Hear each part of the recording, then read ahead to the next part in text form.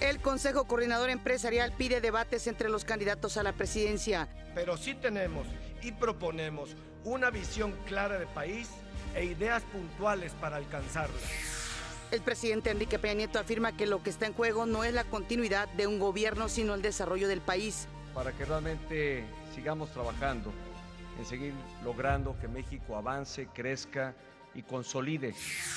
El Infonavit presenta su nueva plataforma digital. Hoy el Infonavit sigue siendo el techo más grande de México. Prestamos más, no hemos subido tasas de interés y no queremos hacerlo. Inicia operaciones la vía que conecta a la red ferroviaria nacional con el nuevo aeropuerto internacional de la Ciudad de México. El canciller Luis Videgaray destaca la importancia de la comunidad y empresas mexicanas en Estados Unidos. El secretario de Educación Pública, Otto Granados, afirmó que la transformación educativa deberá continuar para los próximos años. Nosotros tenemos que seguir trabajando en, por ejemplo, los temas de la modernización de las escuelas, la distribución de los libros de texto. Detienen a Luis Alberto Blanco Flores el Pelochas, líder del Cártel del Golfo. La PGR rechaza las acusaciones que el Frente hizo ante la OEA. Explota un sexto paquete en Austin, Texas. Muere el presunto sospechoso. María Elisa Martínez Medrano, fundadora del Laboratorio de Teatro Campesino e Indígena, recibe un homenaje por Bellas Artes.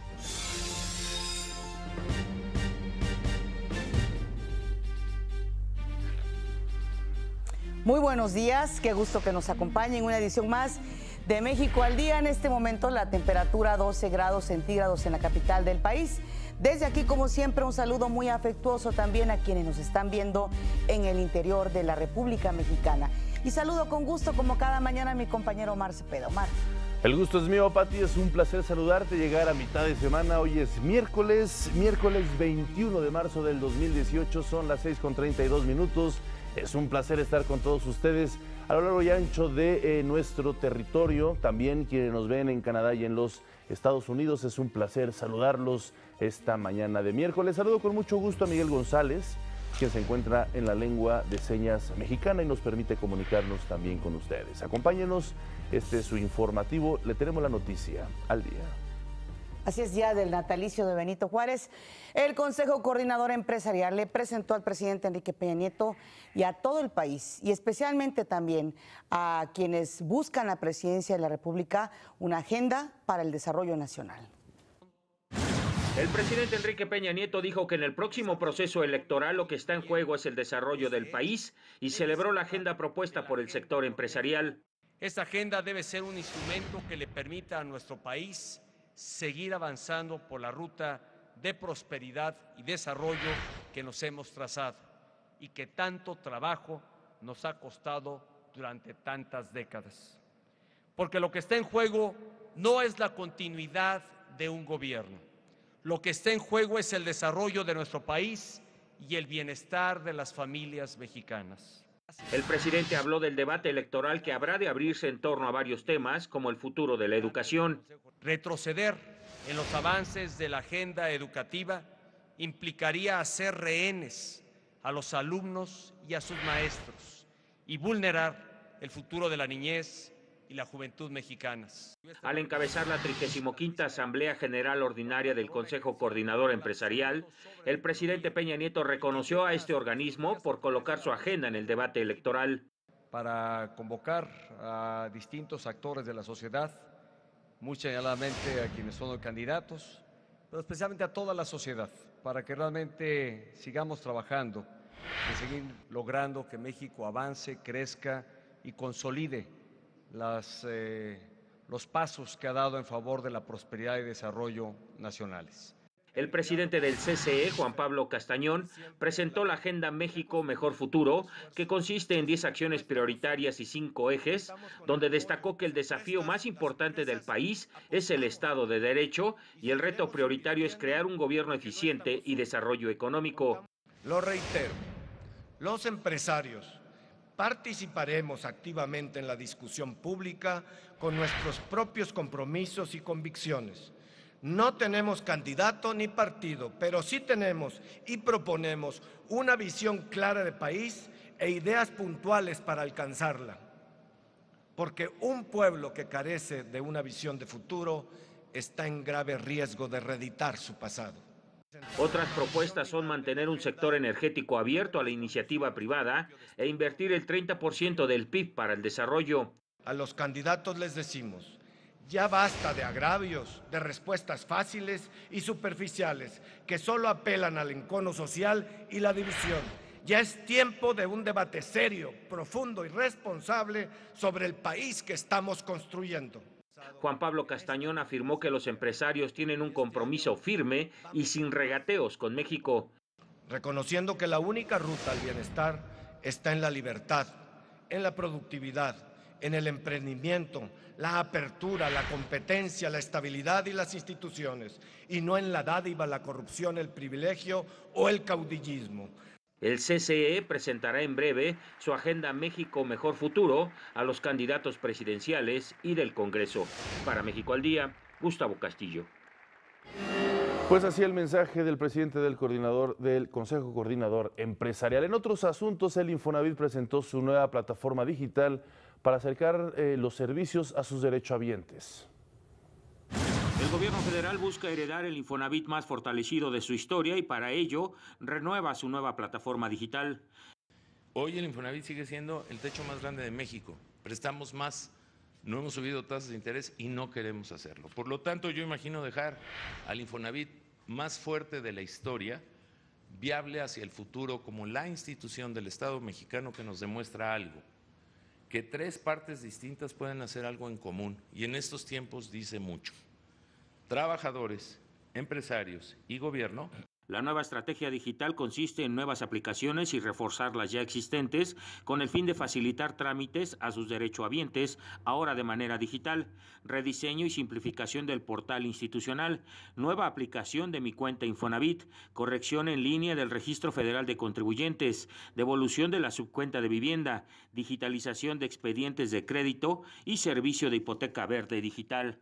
Y la instrucción fue muy clara, eliminar todo aquello que represente un obstáculo para que el usuario se acerque, para que el ciudadano pueda acceder a los beneficios y a los servicios que da el Infonavit y desde luego todo ello que abone en transparentar la actuación de esta importante institución del Estado mexicano. El vocero presidencial destacó que en abril el Infonavit entregará el crédito 10 millones en su historia desde 1962. En este sexenio, Infonavit ha otorgado 2.9 millones de créditos, lo que significa que prácticamente el 30% de los créditos de la historia del Infonavit se han entregado durante la administración del presidente Enrique Peña Nieto. Con respecto a las devoluciones por concepto de la subcuenta de vivienda, el Infonavit regresó en 2017 67.987 millones de pesos a más de 1.198.000 pensionados, lo que significan 60 millones de pesos devueltos diariamente a 800 trabajadores todos los días. Para México al Día, Gustavo Castillo. El secretario de Economía, Ildefonso Guajardo, asistió al anuncio de inversión de la empresa Constellation Brands. La compañía estadounidense que maneja las marcas del grupo Modelo en Estados Unidos va a invertir $900 millones en su planta de Ciudad Obregón, en Sonora. El monto será para ampliar su capacidad de producción de 300 a 800 millones de litros de cerveza anuales dentro de los próximos 4 años, lo que va a generar 450 nuevos empleos directos y más de 2,000 indirectos. Ahí mismo, el secretario de Economía, Ildefonso Guajardo, dijo que la industria cervecera de nuestro país es una historia de éxito en gran parte por el salto que dio México hacia la apertura económica hace 30 años. Las coronas hasta en Rusia. No hay forma que una empresa decida arriesgar casi $1,000 millones cuando no siente la seguridad que lo está haciendo en el lugar adecuado, con la conducción adecuada, con el compromiso de la comunidad de Cajeme, con el compromiso del Estado y con el compromiso del Gobierno de la República. Vamos a hacer una pausa. Le recuerdo que usted ve México al Día.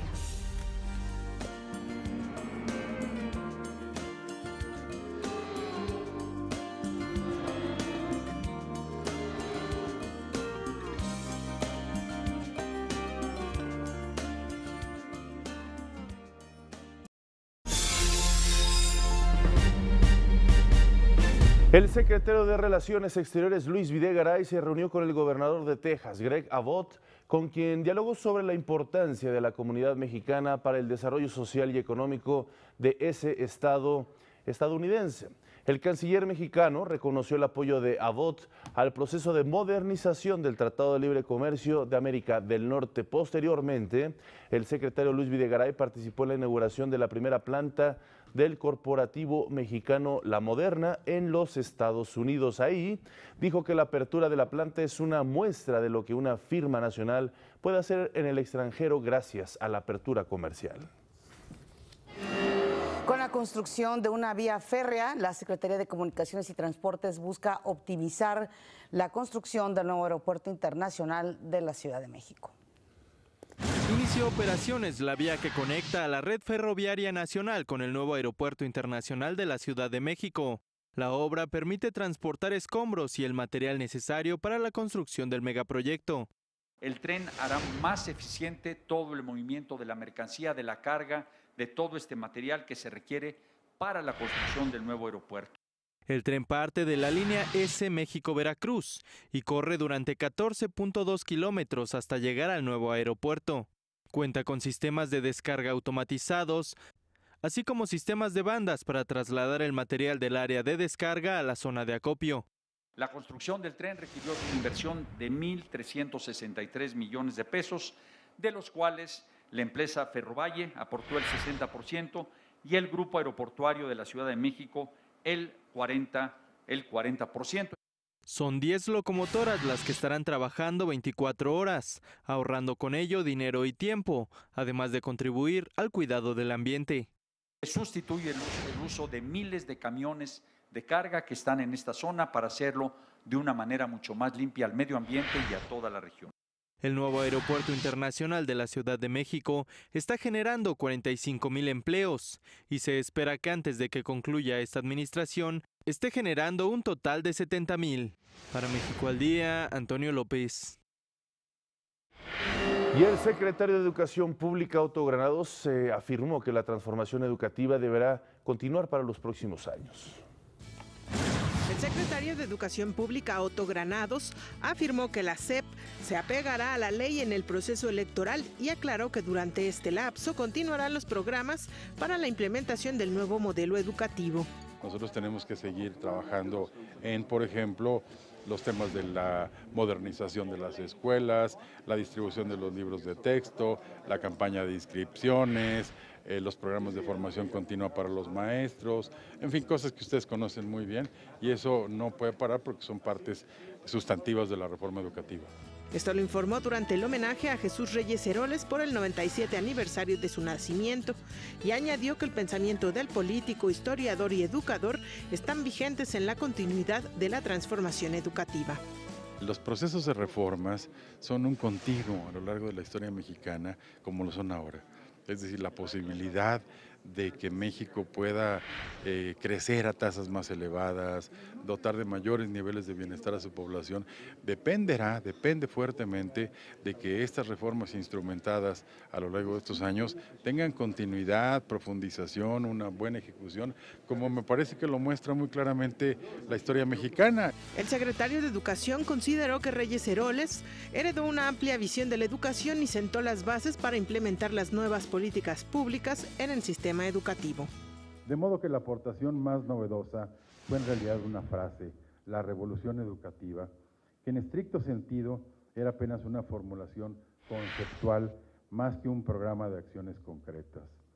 Releyendo los discursos de Reyes Heroles, se encuentra gran cantidad de ideas interesantes, de propuestas teóricas, de reflexiones políticas e intelectuales, pero no un programa específico para la acción en el sentido en que ahora entendemos los procesos de diseño y de formulación de las políticas públicas.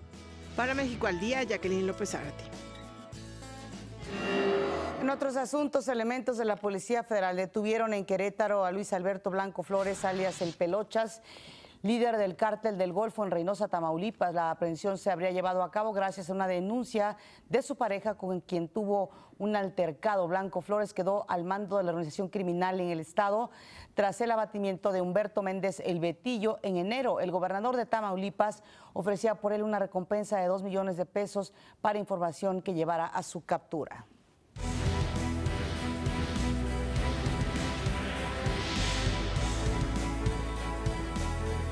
La PGR rechazó las acusaciones que los líderes del PAN, PRD y Movimiento Ciudadano realizaron ante el secretario general de la OEA, Luis Almagro, sobre su actuar en el caso de lavado de dinero en el que está involucrado el candidato de México al frente, Ricardo Anaya.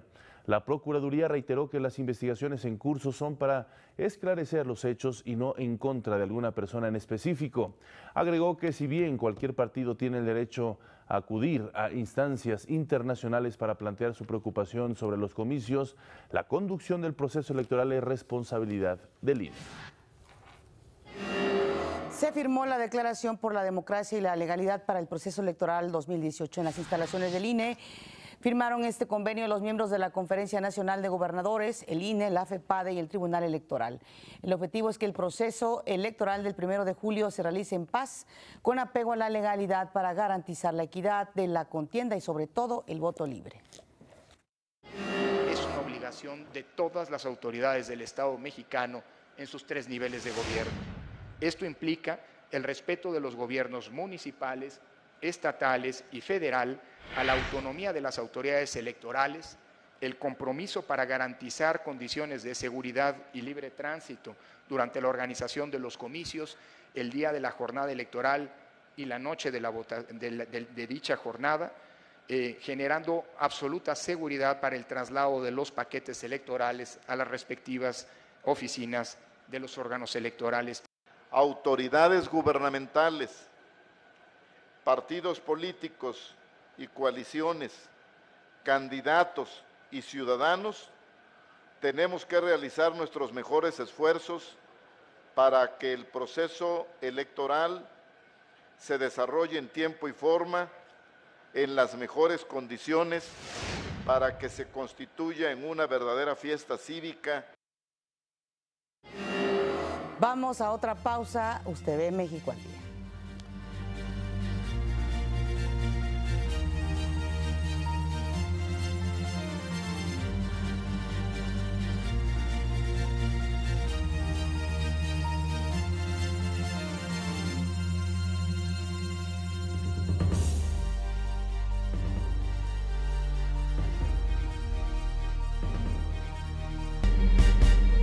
El candidato de la coalición Juntos por México, José Antonio Meade, hizo nombramientos en su equipo de trabajo. A Yolanda de la Torre, ex titular del DIF en Durango, la nombró coordinadora de vinculación de personas con capacidades diferentes. Bárbara Botello, diputada con licencia por Guanajuato, será coordinadora de vinculación estratégica municipal.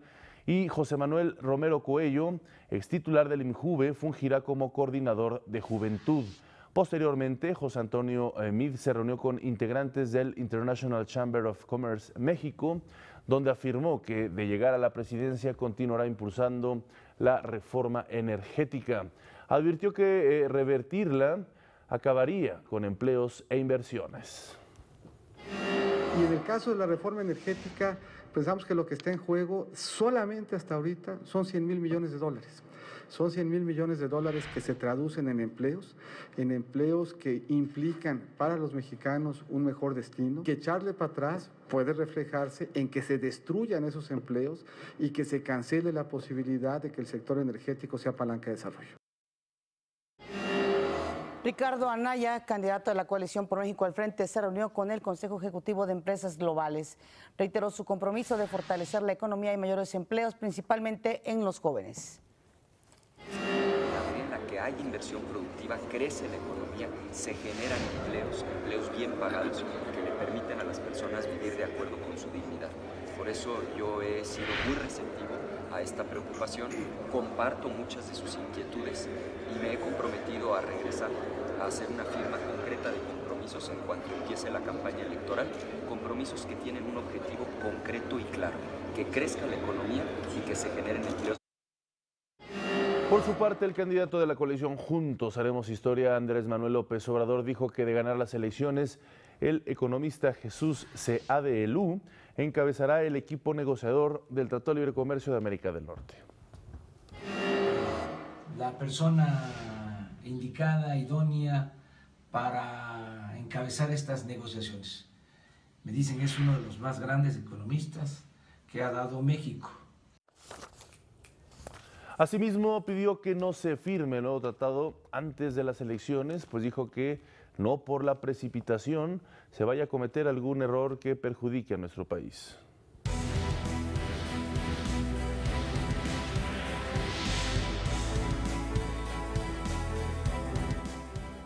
El jefe de gobierno de la Ciudad de México, Miguel Ángel Mancera, informó que a fin de mes definirá si deja su cargo para buscar una curul en el Senado por la vía plurinominal. De solicitarla, dijo, José Ramón Amieva, el actual secretario de Gobierno, ocuparía su puesto.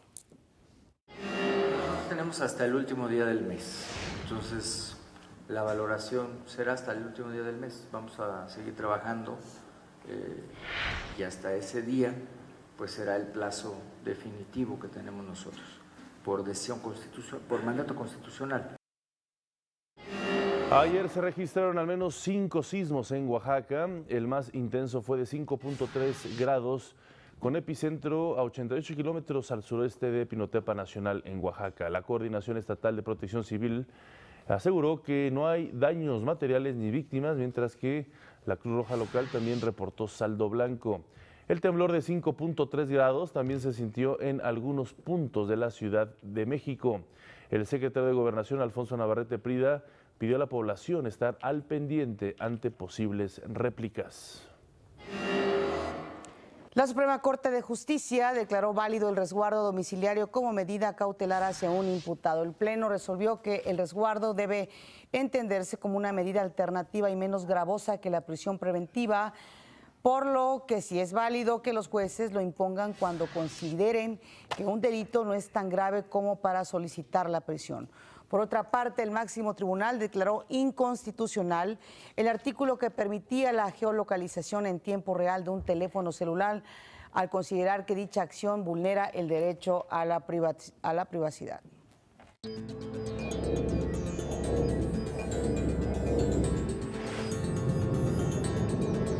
Información internacional. El presidente de los Estados Unidos, Donald Trump, felicitó vía telefónica a su homólogo ruso, Vladimir Putin, por su reelección.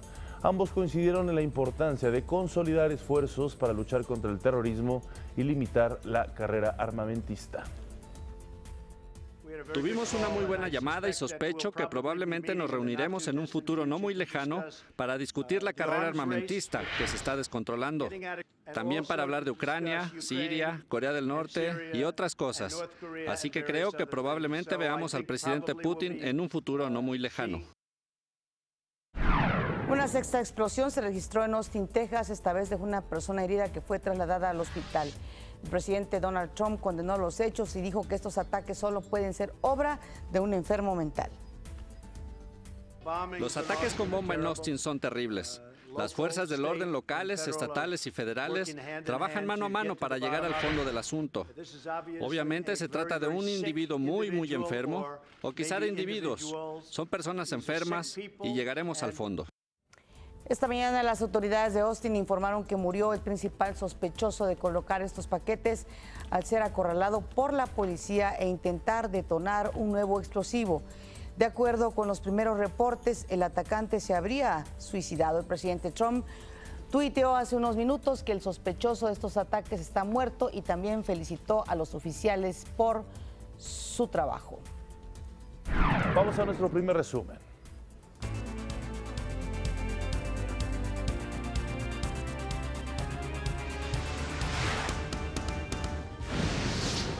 El Consejo Coordinador Empresarial presentó 5 ejes a los candidatos a la presidencia para transformar el país. Lo que está en juego no es la continuidad de un gobierno, sino el desarrollo de México, afirma el presidente Enrique Peña Nieto. El secretario de Educación Pública, Otto Granados, afirmó que la transformación educativa deberá continuar para los próximos años. José Antonio Meade aseguró que de llegar a la presidencia continuará impulsando la reforma energética. Ricardo Anaya reiteró su compromiso de fortalecer la economía y mayores empleos, principalmente en los jóvenes. Andrés Manuel López Obrador dijo que de ganar la presidencia, el economista Jesús Seade Elú encabezará el equipo negociador del Telecán. Detienen en Querétaro a Luis Alberto Blanco Flores, el Pelochas, líder del cártel del Golfo en Tamaulipas. Y en noticias internacionales, los 23 diplomáticos rusos expulsados del Reino Unido ya abandonaron la embajada de Moscú en Londres. Más adelante, María Alicia Martínez Medrano, fundadora del Laboratorio de Teatro Campesino e Indígena, fue homenajeada por el INBA. Y en los deportes, con varios refuerzos extranjeros, los Diablos Rojos de México se encuentran listos para la temporada 2018.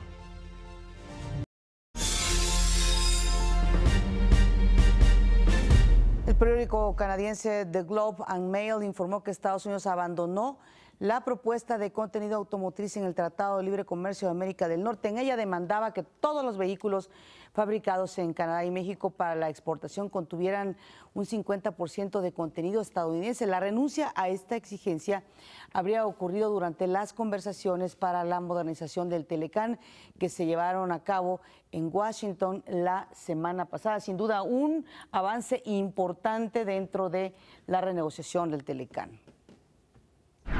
El senador republicano Jeff Flake amenazó al presidente Donald Trump con iniciar un juicio político en su contra si cesa al fiscal especial de la trama rusa Robert Mueller. Dijo que el Congreso no podría evitar ese despido y la única solución constitucional sería iniciar un impeachment en contra del presidente. El senador dijo que a nadie le gustaría ese desenlace y pidió a Trump no despedir a Mueller. En Argentina terminó la cumbre de ministros de finanzas y jefes de los bancos centrales del G20. Los líderes financieros de las principales economías del mundo reafirmaron su compromiso por combatir el proteccionismo y sobre todo reconocer la necesidad de más diálogo y acciones comerciales. En esta reunión se ha reafirmado la importancia del comercio internacional como factor fundamental para el crecimiento, la producción, la innovación y la creación de empleo, y donde además se ratifica que hay que seguir dialogando para seguir generando consenso en este área. Los 23 diplomáticos rusos expulsados del Reino Unido en represalia por el envenenamiento a Sergei Skripal, un exespía ruso, ya abandonaron la embajada de Moscú en Londres. En tanto, Estados Unidos, Francia y Alemania respaldaron al gobierno británico y calificaron el ataque como el primer uso ofensivo de una neurotoxina en Europa desde la Segunda Guerra Mundial. Afirmaron que se trata de una agresión a la soberanía del Reino Unido y una clara violación a los derechos humanos y a la Convención sobre las Armas Químicas. El expresidente de Francia, Nicolas Sarkozy, está bajo custodia policial como parte de una investigación por presuntamente haber recibido financiamiento del entonces líder libio Muammar Gaddafi para su campaña presidencial en 2007. Él rindió su declaración y después aseguró que se trata, dice Sarkozy, de una persecución política. Pero sobre todo la variedad de las novedades.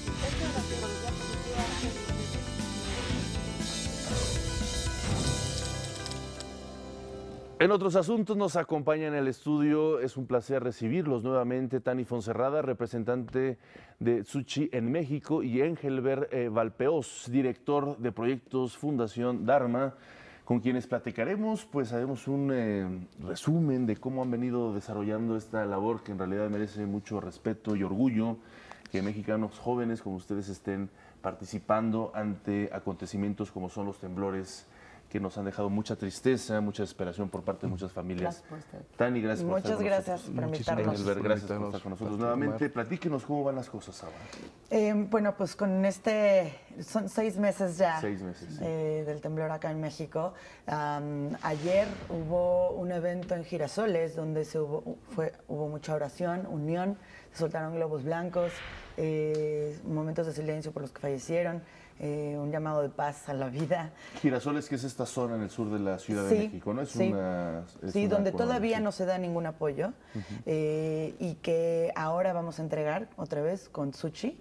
También vamos a involucrar a la zona de Iztapalapa, una zona escalera. Escalera en Coapa y La Concordia en Iztapalapa. Los edificios del conjunto habitacional de La Concordia. Y esto va a ser probablemente a finales de abril con un servicio médico también, que vienen doctores de Tzuchi. Sí, es impresionante lo que fuimos a hacer ahora. Fuimos a un entrenamiento de sensibilización y concientización y también íbamos a ayudar al temblor de Hualien en Taiwán. Y cuando llegamos con todas las ganas de ayudar, de la misma manera que ellos nos ayudaron a nosotros, ya estaba todo levantado, ya estaba todo, ya no había ayuda que dar, ¿no? Entonces, eso también fue una lección para nosotros. La rapidez y la unión de todos para levantarse tan rápido. Y llegamos a conocer lo que es el espíritu de Tzuchi, que es compasión, alivio, unión, perdón, amar. Y conocimos todos los hospitales que tienen unos programas maravillosos, conocimos las escuelas que desde chiquitos los enseñan a recoger la basura y salen a los patios después entre clases, ¿sí? a recoger con escobas y de la manera más normal. Y cada estudiante tiene su alcancía en donde diario mete una moneda y siempre van en cierto momento del año a entregar esas alcancías a la fundación por si hay desastres naturales en el mundo. Claro, sí, claro. A mí me gustaría un poco contextualizar lo que hacen ustedes en estas organizaciones que siempre están dispuestas a apoyar a la gente que sufre alguna desgracia. Y la pregunta que a mí se me ocurre ¿es cada vez más importante el papel de las organizaciones civiles frente muchas veces a las autoridades? ¿Cómo ven ustedes esto? El papel principal de una fundación, en este caso, o de una fundación de este tipo, es estar ahí para la gente, en todo momento, no importa qué. Entonces, no importa si alguien más responde o no importa si alguien más apoya o no. Nuestro papel es estar ahí, ayudar, apoyar, dar un hombro en donde llorar a veces, porque muchas veces eso es todo lo que necesitan algunos. A lo mejor no perdieron nada físicamente, a lo mejor su casa está en pie, pero a todos nos tembló parejo y a todos nos dio miedo, a todos nos asustó, a todos nos conmovió lo que pasó. Entonces hay veces que nada más hay que estar ahí para poner un hombro y hay veces que estar ahí para entregar una cobija y una comida caliente y un apoyo. No podemos esperar a que alguien haga o no haga para reaccionar. O sea, es un llamado urgente que sale desde adentro y que la verdad nadie nos para. ¿Qué resultados han tenido hasta el momento? Es decir, que ya pueden de alguna otra forma decir, gracias a estos esfuerzos, a estas donaciones, hemos logrado tales cosas. Bueno, mucha gente de San Gregorio, Xochimilco, recibió el apoyo y tiene muebles, tiene refri, sí tiene cosas que perdió en el sismo y ya los compraron y nos mandan las fotos con un agradecimiento. Y son los primeros que dieron una moneda ahora para Taiwán. Y me consta que han ustedes apoyado a gente afectada por estos sismos, ¿no? A 6 meses de todo esto, finalmente, ¿cómo ven estar encaminándose la reconstrucción? ¿Cómo lo siente de manera breve, ya casi para irnos a un corte? Bueno, estamos ya estudiando proyectos de reconstrucción en diferentes áreas y también traemos programas de sensibilización y concientización para escuelas, para hospitales y para empresas. Claro. Venimos con todo una filosofía y una escuela atrás y nos apoyan, declaran 4 servicios médicos al año. O sea, vamos a estar trabajando en todas las áreas que se necesita un apoyo en México. Bueno, pues muy interesante. Gracias por compartirnos esos avances. Gracias por estar con nosotros. Seguimos en comunicación y, por supuesto, muchas felicidades. Muchas gracias. Muchísimas gracias. Vamos a hacer una pausa. Regresamos. Esto está viendo México al Día.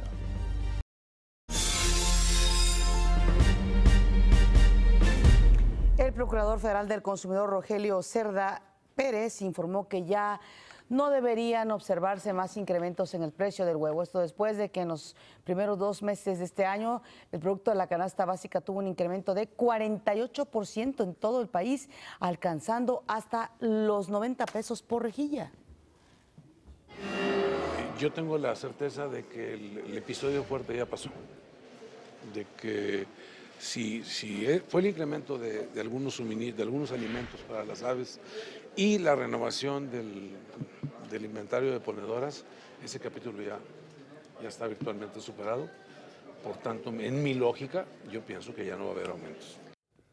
Anunció que los mecanismos de verificación para protección al consumidor en esta Semana Santa están operando al 100% en toda la República. Y la Profeco aseguró que frente a la creciente, estrategia ola del comercio digital es indispensable crear regulaciones nacionales e internacionales. La Procuraduría Federal del Consumidor conmemoró el Día Mundial de los Derechos del Consumidor, cuyo tema este año es Haciendo mercados digitales más justos. Y es que cada año la economía digital crece exponencialmente en nuestro país. Con ventas por 13.700 millones de dólares, México es el primer lugar en comercio electrónico minorista en América Latina. De acuerdo al procurador Rogelio Cerda Pérez, el crecimiento del comercio digital obliga a fomentar regulaciones nacionales e internacionales para defender al consumidor. 3 de cada 4 usuarios en Internet, de un total de 65 millones de internautas, realizaron una compra en línea en el último año. El 67% de esos compradores, es decir, 2 de cada 3, realizó compras en línea en plataformas extranjeras, no mexicanas. De esta suerte, 4 de cada 5 quejas en México son contra tiendas en línea de nacionalidad extranjera. De acuerdo a la Profeco, el índice de satisfacción de los consumidores en línea es de 86% y en promedio anualmente se reciben solo 1.500 quejas contra tiendas virtuales, una cifra muy baja considerando los millones de transacciones anuales. Sin embargo, se destacó que las plataformas digitales son punta de lanza de organizaciones de delincuentes que buscan sustraer recursos a los usuarios de tarjetas de crédito o débito. Los fraudes más comunes a la hora de hacer compras en línea son técnicas de suplantación de identidad o virus para obtener datos. Cuando Naciones Unidas ha establecido que los Estados miembros deben mejorar su capacidad de cooperación para combatir las prácticas comerciales transfronterizas, fraudulentas y engañosas. Debemos vigorizar la cooperación internacional de cara a los nuevos mercados digitales. Actualmente la Profeco cuenta con la plataforma de conciliación por Internet, ConciliaNet, la cual atiende cualquier inconformidad de los consumidores digitales. Que los consumidores que participan en el comercio electrónico deben de contar con una protección al consumidor transparente y efectiva que no sea menor que el nivel de protección ofrecido a otras formas de comercio. Para México al Día, Omar Vera.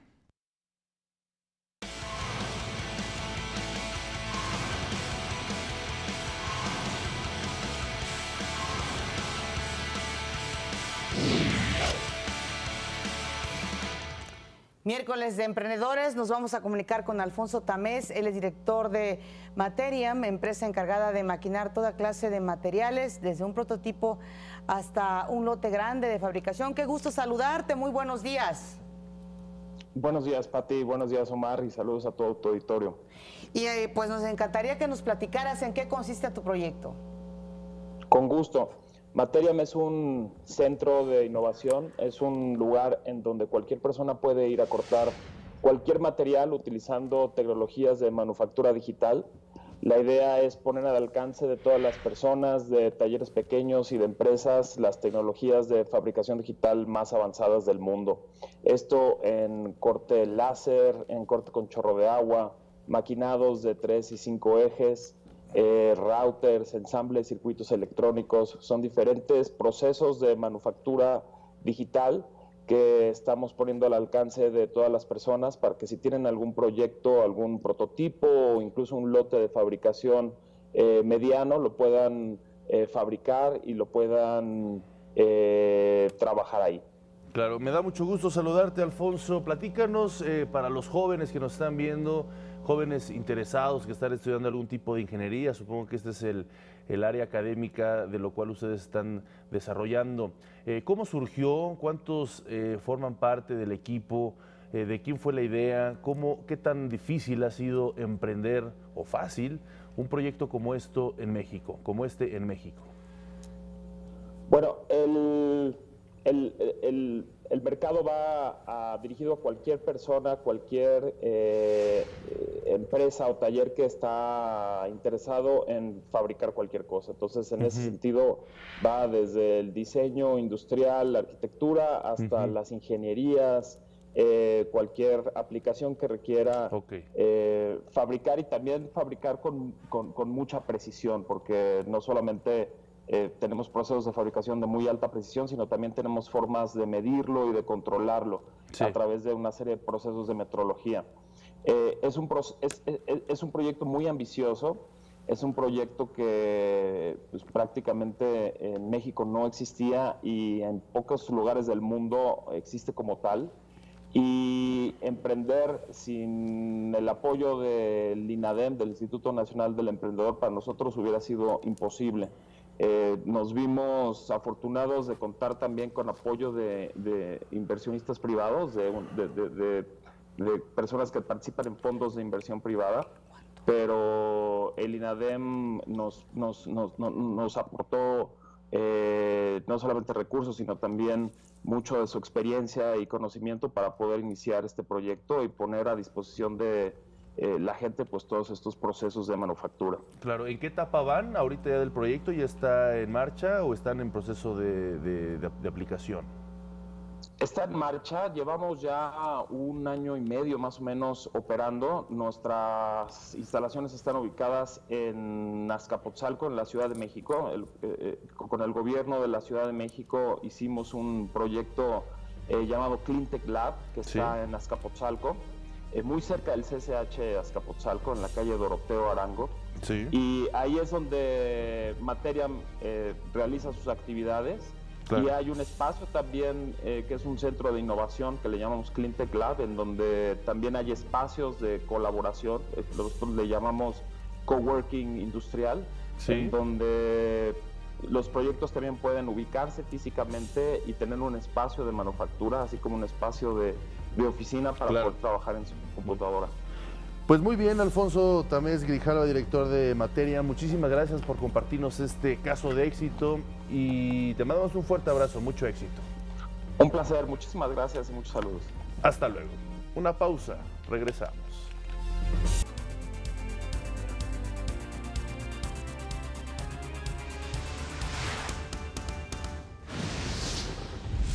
Con la inauguración de una vía férrea, la Secretaría de Comunicaciones y Transportes busca optimizar la construcción del nuevo Aeropuerto Internacional de la Ciudad de México.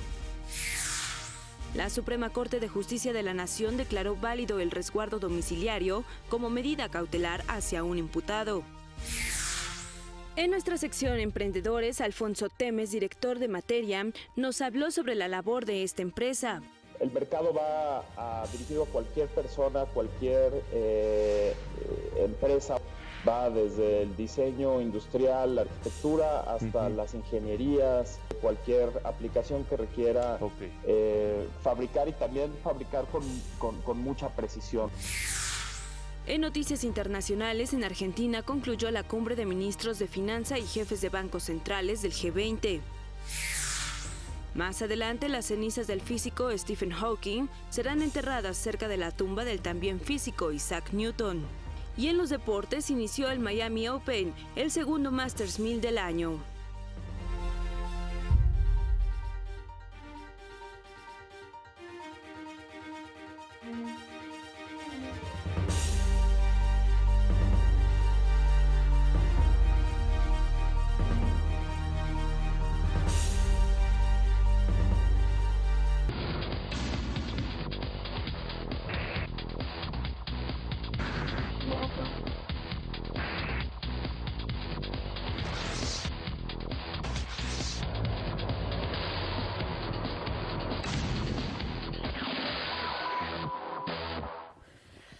Muy buenos días, qué gusto me da saludarlos esta mañana ya de miércoles, sobre todo a quienes nos sintonizan a través de las señales de Ingenio y de Aprende TV de Televisión Educativa del canal 22.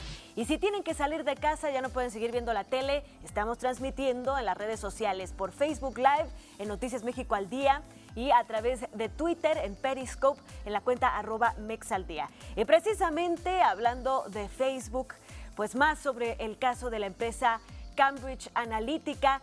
Pues Facebook ya respondió a través de un comunicado ante este caso, aunque no lo ha hecho como se ha exigido el mismo CEO de Facebook, Mark Zuckerberg. Ellos dijeron que la empresa entera está escandalizada porque fueron engañados.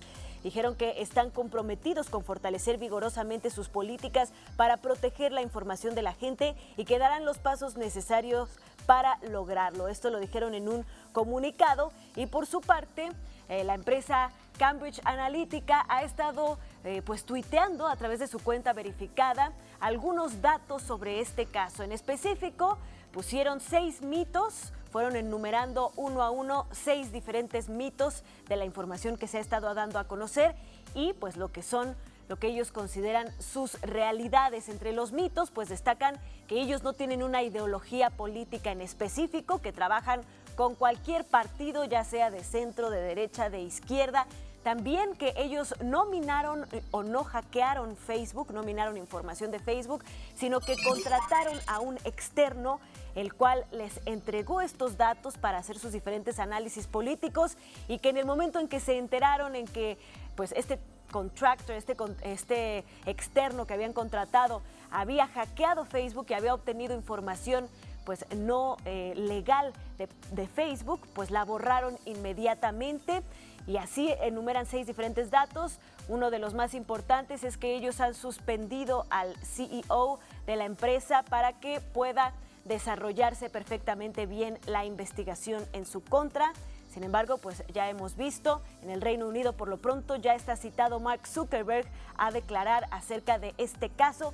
Lo importante aquí es que en realidad lo que está sucediendo es que la información que nosotros vertimos en las redes sociales, pues vemos, está a disposición de cualquier fin, tanto bueno como malo. Así que hay que ser muy cuidadosos con esta información.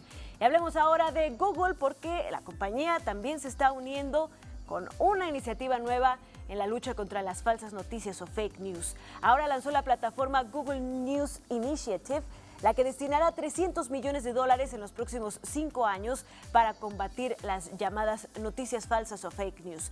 Esta nueva herramienta permitirá a los usuarios suscribirse a reconocidos sitios de noticias usando su cuenta de Google. Esta iniciativa persigue 3 objetivos: elevar y fortalecer el periodismo de calidad, desarrollar modelos comerciales para apoyar el periodismo y empoderar a las organizaciones de noticias para aprovechar las nuevas tecnologías. Y bueno, Google también estaba perdiendo otra batalla, que es la comercial, y es que se ha declarado ahora a Amazon como la empresa más valiosa de los Estados Unidos, superando a Alphabet, la matriz de Google. Recordemos, Amazon es propiedad de Jeff Bezos, el hombre quien hace unos días también fue declarado el más rico del mundo y el más rico de la historia. Y bueno, finalmente, las cenizas de Stephen Hawking, que murió el pasado 14 de marzo a la edad de 76 años, ya tienen un lugar donde pues descansar por el resto de la eternidad. Serán enterradas cerca de la tumba del también físico Isaac Newton y la del naturalista y padre de la teoría de la evolución Charles Darwin en la abadía de Westminster, según lo confirmó su familia en un comunicado. El funeral, que será privado, tendrá lugar el próximo 31 de marzo ahí en Cambridge, y también se habla de una ceremonia pública durante este año en la cual sus seguidores podrán rendirle tributo como un último adiós, pero no se ha revelado aún la fecha de esta ceremonia pública. Aún con las controvertidas declaraciones de Hawking sobre Dios, su funeral será tradicional. Y bueno, desde 1940 no se había enterrado a nadie en ese espacio que se considera pues el lugar de los genios, donde descansan los genios. El último que fue enterrado ahí fue el físico atómico John Thomson. Así que pues ya tiene un lugar Stephen Hawking. Esta es la información hoy. Que tengan excelente miércoles.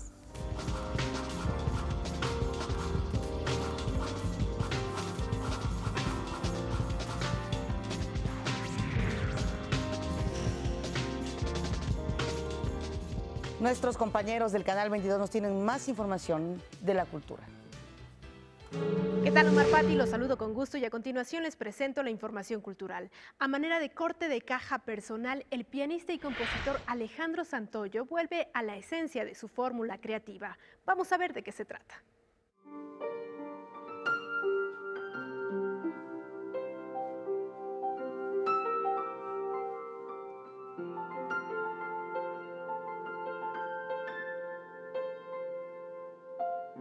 Essence es un disco de compilación de mis 3 primeros discos, Elevation, New World y Embrace, y tiene 17 temas, todos son de mi autoría. Essence, el nuevo disco de Alejandro Santoyo, es una mezcla de los estilos que ha estado practicando a lo largo de su carrera. Es un disco que tiene bastante diversidad en temas, o sea, tiene muchos de piano solo, pero tiene muchos otros también que son orquestales y que son, pues sí, que tienen más, pues más instrumentos, ¿no? Inclusive algunos étnicos, etcétera, voces, cosas así. Es una mezcla de géneros de alguna manera. Es como música del alma, ¿no? Que viene, pues viene de mi alma, viene de mis vivencias, de mis, pues no sé, mis sentidos, es música muy, quizá de alguna manera muy vivencial, también muy, me han dicho, muy emotiva. Omar Pati, hasta aquí la información y los invito a que conozcan los detalles de las noticias culturales a través de nuestras redes. Muchas gracias, vamos a otra pausa, esto es México al Día.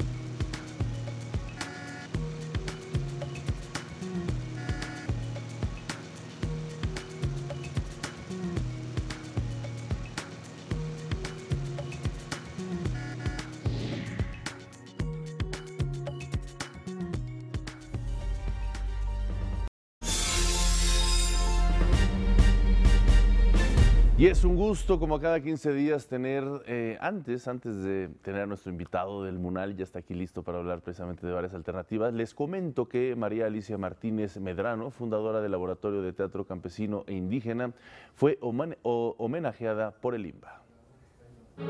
Fallecida el pasado 2 de febrero en Mérida, Yucatán, a los 76 años, María Alicia Martínez Medrano destacó por su labor artística en las comunidades indígenas del país.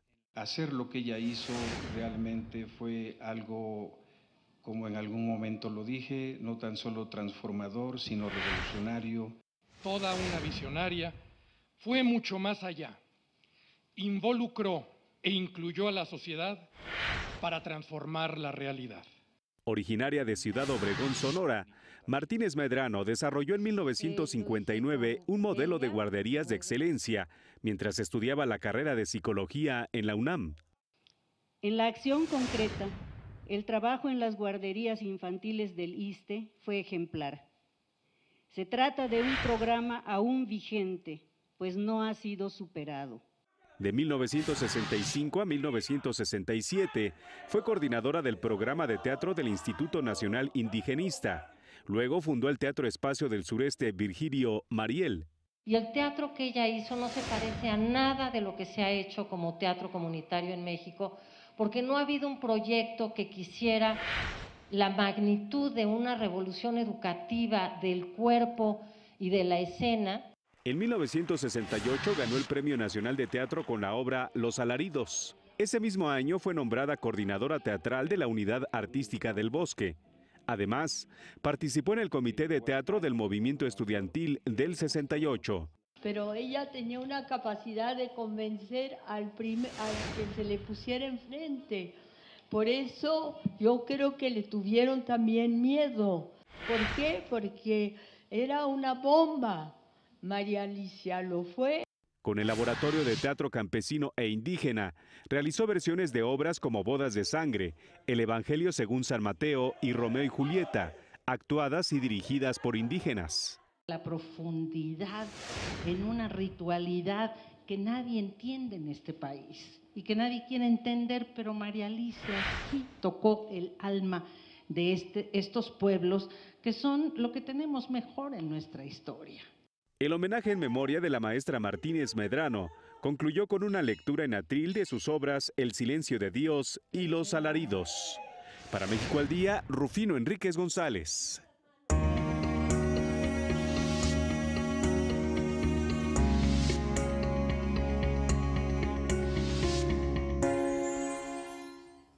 Miércoles también en nuestra sección Tacuba 8 nos acompaña aquí en el estudio David Cáliz, jefe de educación del Museo Nacional de Arte, con quien vamos a hablar de la Noche de Museos de marzo. ¿Cómo estás? Gusto que estés aquí con nosotros. Gracias. Bienvenido, Gracias, un placer que estés con nosotros esta y que mañana.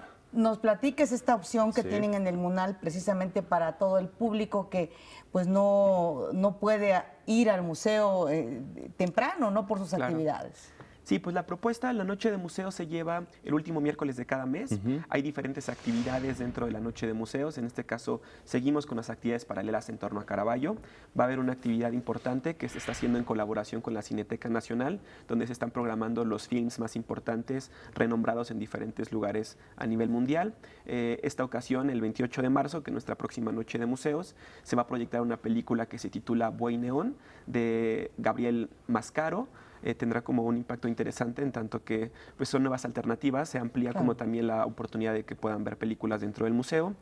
Además de la típica programación que tenemos como visitas guiadas, y va a haber una actividad en específico interesante dentro de las actividades de Caravaggio que se denomina tableau vivant, que significa cuadro viviente, que tiene que ver con la interacción y la representación a través de bailarines de limba sobre piezas de Caravaggio.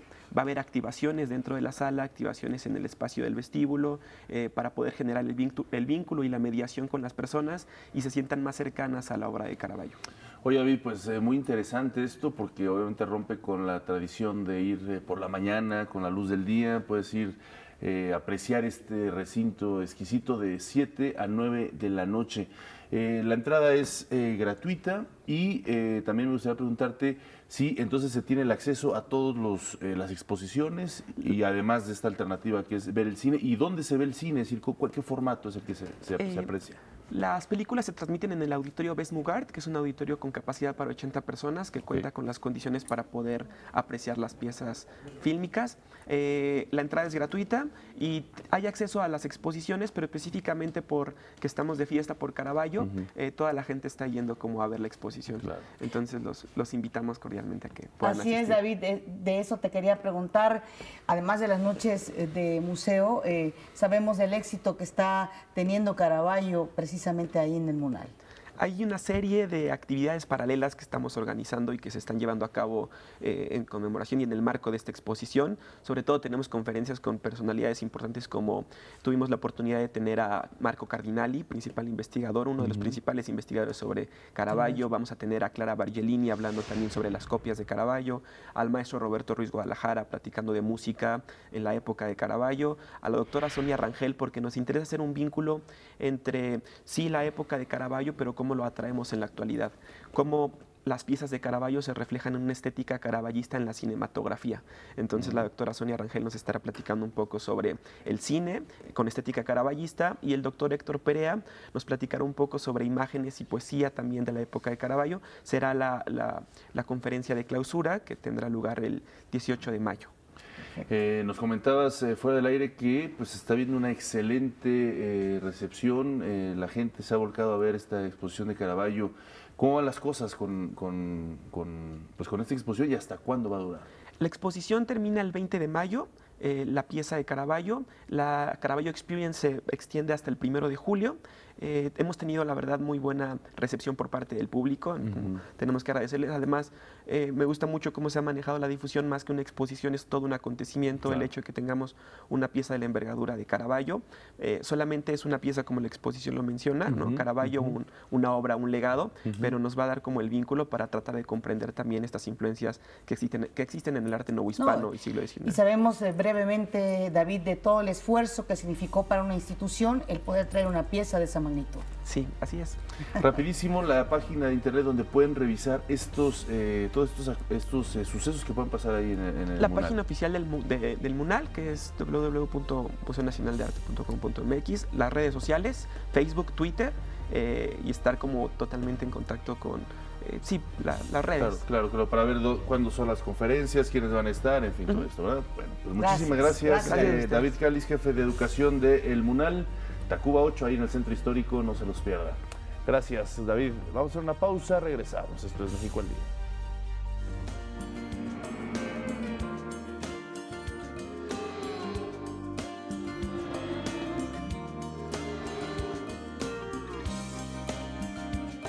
Pues todo éxito para el béisbol mexicano. Ya mañana arranca. Ya mañana, afortunadamente. Y este miércoles a las 12:30 horas el presidente Enrique Peña Nieto conmemorará el aniversario del natalicio de Benito Juárez en Palacio Nacional. Más tarde a las 13:30 el presidente dará inicio a las operaciones La Red Compartida, esto en la Ciudad de México. Vamos al resumen.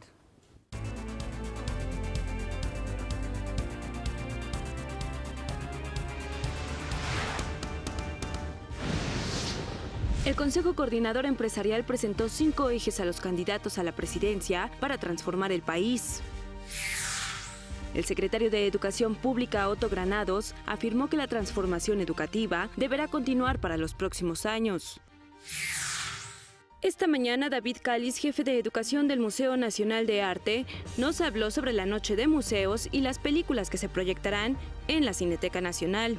Esta ocasión, el 28 de marzo, que es nuestra próxima Noche de Museos, se va a proyectar una película que se titula Buey Neón, de Gabriel Mascaro. Pues son nuevas alternativas, se amplía como también la oportunidad de que puedan ver películas dentro del museo. Y va a haber una actividad en específico interesante dentro de las actividades de Caravaggio que se denomina Tableau vivant, que significa cuadro viviente. María Alicia Martínez Medrano, fundadora del Laboratorio de Teatro Campesino e Indígena, recibió un homenaje póstumo por el INBA. Y en los deportes, los Diablos Rojos de México presentaron a su equipo para la temporada 2018. Gracias por acompañarnos, que pasen una excelente mitad de semana. Mañana otra cita. Así es, este es un esfuerzo informativo de Televisión Educativa. Hasta luego. Chao.